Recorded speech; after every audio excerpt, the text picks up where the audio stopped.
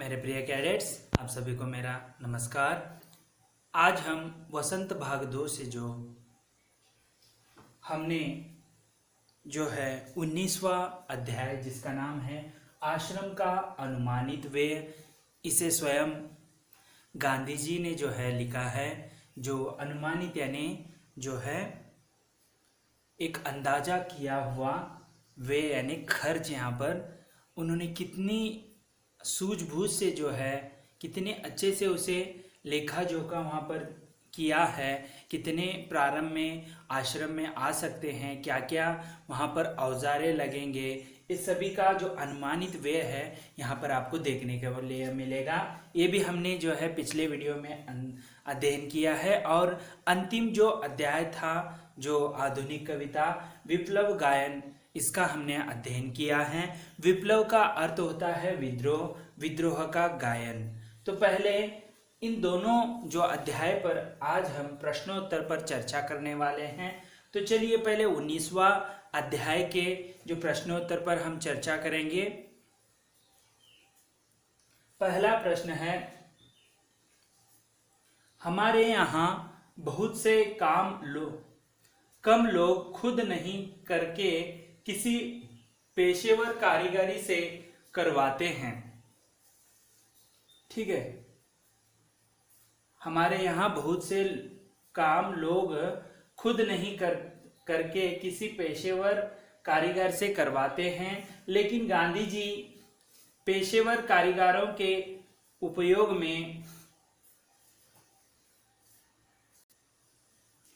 उपयोग में आने वाले औजार, छेनी, हथौड़े, बसूले क्यों खरीदना चाहते होंगे? तो देखेंगे इसका उत्तर। गांधी जी के मन में आश्रम के प्रत्येक व्यक्ति को स्वावलंबी बनाने की बात रही होगी, क्योंकि जिन औजारों का जिक्र किया गया है वे बढ़ई के कार्य अर्थात लकड़ी का सामान बनाने के काम में आता है। गांधी जी अहमदाबाद में एक आश्रम खोलने का प्रयास कर रहे थे। वे चाहते थे कि आश्रम में सारा काम आश्रम के लोग स्वयं ही करें। इसके लिए वह औजारों की एक सूची तैयार कर रहे थे ताकि आश्रम में रहकर ही उसकी ज़रूरतों का सामान स्वयं बनाया जा सके। आश्रम व उसके लोग स्वयं की ज़रूरतों के लिए किसी कारीगरी पर निर्भर ना रहे, जो है यहाँ पर स्वावलंबी बनाना चाहते थे। इस तरह जो है इस प्रश्न का उत्तर है। अगले प्रश्न की ओर बढ़ते हैं। गांधी जी ने अखिल भारतीय कांग्रेस सहित कई संस्थाओं व आंदोलनों का नेतृत्व किया। उनकी जीवनी या उन पर लिखी गई किताबों से उन अंशों को चुनिए जिनसे हिसाब किताब के प्रति गांधी जी की चुस्ती का पता चलता है। तो यह आपके लिए जो है क्रियाकलाप है, यह स्वयं आप लिखना है। और एक प्रश्न है जो ये दोनों प्रश्नों को आप जो है mayurkalal07@gmail.com पर इसे लिखकर जो है आप क्रियाकलाप जो 5 अंकों के लिए होता है, यह क्वेश्चन आप लिखकर भेजना है। तो यहाँ पर देखिए, गांधी जी ने अखिल भारतीय कांग्रेस सहित कई संस्थाओं व आंदोलनों का नेतृत्व किया। उनकी जीवनी या उन पर लिखी गई किताबों से उन अंशों को चुनिए जिनसे हिसाब किताब के प्रति गांधी जी की चुस्ती का पता चलता है। ठीक है, आपको ढूंढकर लिखना है। चलिए अगले प्रश्न की ओर बढ़ते हैं। ये भी आपके लिए क्रियाकलाप है। मान लीजिए आपको कोई बाल आश्रम खोलना है।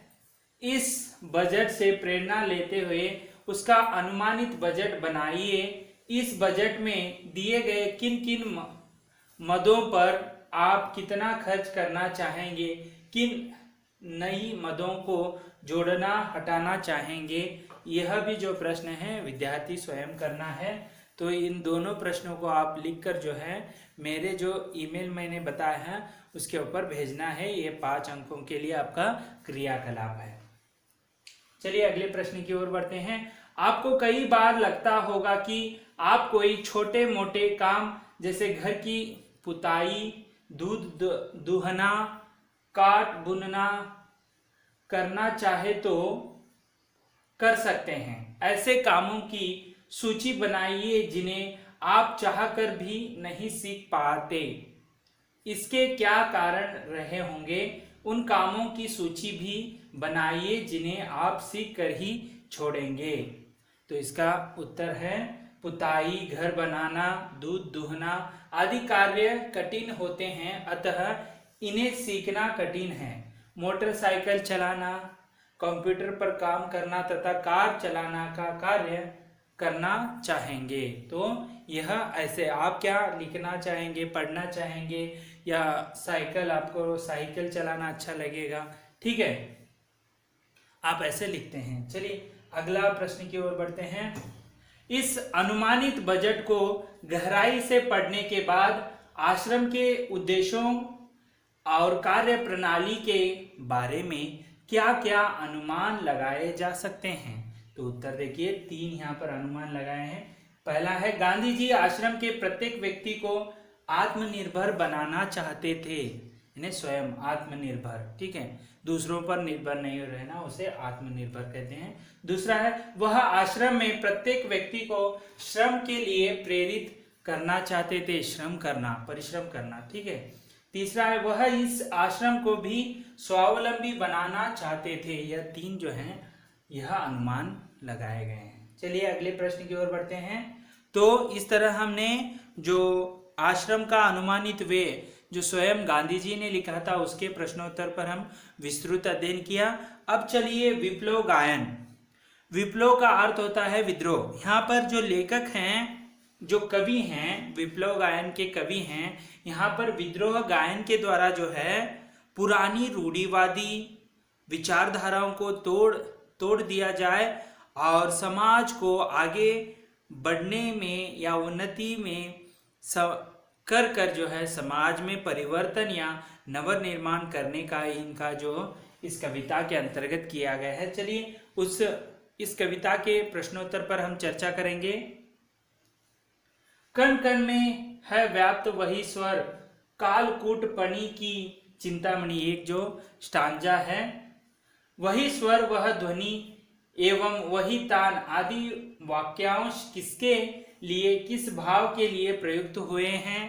पहला प्रश्न। दूसरा है, वही स्वर वह ध्वनि एवं वही तान से संबंधित भाव का रुद्ध गीत की क्रुद्ध तान है, निकली मेरी अंतर तर से, पंक्तियों से क्या कोई संबंध बनता है? तो 2 पंक्तियों का यहाँ पर संबंध बनता है कि आपको ऐसे पूछ रहे हैं। तो इसका उत्तर जो है इस प्रकार है, कवि ने वह स्वर वह ध्वनि और वही तान क्रांति को जगाने की भावना से प्रयुक्त किया है। कवि का आशय है कि इसके क्रांतिकारी गीत में इतनी उत्तेजना है कि इस संसार के कण कण में व्याप्त क्रांति का एक स्वर मुखरित हुआ है।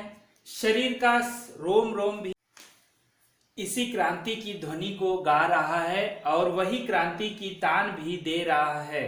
कवि आगे कहता है कि ये संसार नहीं अपितु शेष नाग के फन में विद्यमान मणि भी इसी क्रांति के गीत का गायन कर रही है, अर्थात मेरे गीत में इतनी उत्तेजना है कि संसार का हर प्राणी इसमें प्रभावित हो गया है। हाँ, इन दोनों पंक्तियों में आपसी संबंध बनता है क्योंकि यह गीत कवि के क्रांतिकारी हृदय की गहराइयों से होता हुआ उनके स्वर के रूप में निकला है। उनकी ध्वनि उसे उत्तेजना प्रदान कर रही है, तान उसका सहायक बन उस गीत को सारे संसार में प्रवाहित कर रहा है। दोनों ही पंक्तियों में परिवर्तन की लहर लाने की बात है। चलिए अगले प्रश्न की ओर बढ़ते हैं। नीचे दिए गए पंक्तियों का भाव स्पष्ट कीजिए। तो पंक्ति इस प्रकार है, सावधान मेरी वीणा में चिंगारियां आन बैठी हैं, टूटी हैं मिजराबे उंगलियां दोनों मेरी आंटी हैं। इस तरह जो पंक्ति है उसका विवरण किस प्रकार है देखेंगे। इस पंक्ति में कवि सभी कवियों को संबोधित करते हुए ऐसे गीत को सुनाने के लिए कहते हैं जिससे इस संसार के प्रत्येक मनुष्य के हृदय में हाहाकार मच जाए, अर्थात चारों तरफ क्रांति की लहर उत्पन्न हो जाए, समस्त प्राणी उस हिलोर में सराबोर हो जाए। आगे कवि उन व्यक्तियों को संबोधित करते हैं जो अपने दमन चक्र से हाहाकार मचाए हुए हैं। वो सब सावधान हो जाए, क्योंकि अब मैंने समस्त संसार को झकझोर देने वाले गीत को आरंभ कर दिया है। अब तो मेरी वीणा का स्वर भी मधुरता की अपेक्षा क्रांति की आग ही उगलेगा। भाव यह है कि अभी तक मैं केवल मधुरता के लिए हुए गीतों की रचना करता था, वह गाता था। अब मेरे गीत केवल राष्ट्रहित के लिए ही होंगे, वो रसिकों के मन को बहलाने के लिए नहीं, अपितु जनता को गुलामी के बंधन से जागृत करने के लिए होंगे। वह कहता है, आज चाहे मिजराब टूटे या मेरी उंगलियां ऐंठ जाए, पर मैं शांत नहीं होऊंगा, ना ही किसी को होने दूंगा। अर्थात इस गीत को गाते हुए मैं अपनी किसी परेशानी की तरफ तनिक ध्यान नहीं दूंगा, फिर चाहे कष्ट किसी भी रूप में सामने आए। इस तरह जो है इसमें यहाँ पर जो है क्रांति के लिए सभी को यहाँ पर जो है वह जगाना चाहते हैं, सावधान करना चाहते हैं। चलिए अगले प्रश्न की ओर बढ़ते हैं। कविता में दो शब्दों के मध्य का प्रयोग किया गया है, जैसे जिससे उथल पुथल मच जाए, वह कण कण में है व्याप्त वही स्वर। इन पंक्तियों को पढ़िए और अनुमान लगाइए कि कवि ऐसा प्रयोग क्यों करते हैं। तो आपको इसका उत्तर जो है लिखना है। दो शब्दों के मध्य माइनस का प्रयोग कवि का यानी जो है कविता में शब्दों में ओज व चमत्कार उत्पन्न करने के लिए करते हैं। इसके कारण कविता ओजपूर्ण लगती है। जैसे कवि ने लिखा है, कण कण में है व्याप्त वही स्वर, रोम रोम गाता है वही ध्वनि। यहाँ पर कण कण और रोम रोम में देख सकते हैं। दूसरे शब्दों में समानता लाकर कविता की लय को बनाए रखने में सहायता मिलती है। जैसे कवि कुछ ऐसी तान सुनाओ जिससे उथल पुथल मच जाए। उथल पुथल यहाँ पर जो है सहायता मिलती है समानता के लिए, ठीक है। उसी प्रकार यहाँ पर कविता में ये चिन्ह आदि जैसे विराम चिन्हों का उपयोग रुकने, आगे बढ़ने अथवा किसी खास भाव को अभिव्यक्त करने के लिए किया जाता है। कविता पढ़ने में इन विराम चिन्हों का प्रभावी प्रयोग करते हुए काव्य पाठ कीजिए। गद्य में आमतौर पर है शब्द का प्रयोग वाक्य के अंत में किया जाता है। जैसे देश राज जाता है। अब कविता की निम्न पंक्तियों को देखिए। कण कण में है व्याप्त वही तान गाती रहती है। इन पंक्तियों में है शब्द का प्रयोग अलग अलग जगहों पर किया गया है। कविता में अगर आपको ऐसे अन्य प्रयोग मिले हैं तो उन्हें छांट कर लिखिए। तो यहाँ पर वैसे अन्य यहाँ पर कुछ मिला है तो आप लिख सकते हैं। यहाँ पर मैंने भी एक लिखा है, चलिए तो देखेंगे किस प्रकार है का उदाहरण इस प्रकार है। कंठ रुका है महानाश का, कारक गीत रुद्ध होता है।